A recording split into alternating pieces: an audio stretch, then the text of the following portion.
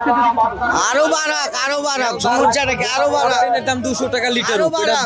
দরকার নাই। খালি ডিজেলের দাম কমে দাও, কৃষক ভালো থাকবে, কৃষক ভালো থাকবে, বাংলাদেশের মানুষ ভালো থাকবে, এইটা আমরা চাই।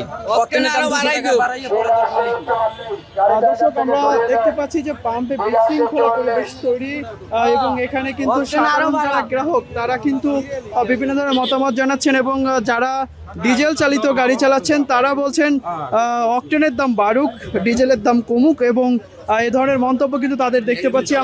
আমরা কথা বলার চেষ্টা করব বিভিন্ন গাড়ি। পুরোই বৈষম্য এটা।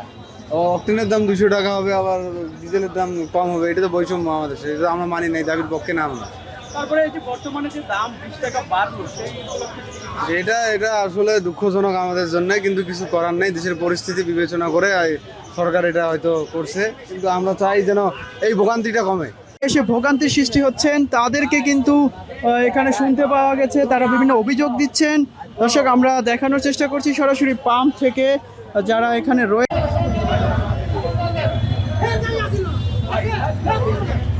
আমার তো ব্যাকপ্যাক MMS 3 আর ইন্টারনেট আছে 2 Mbps।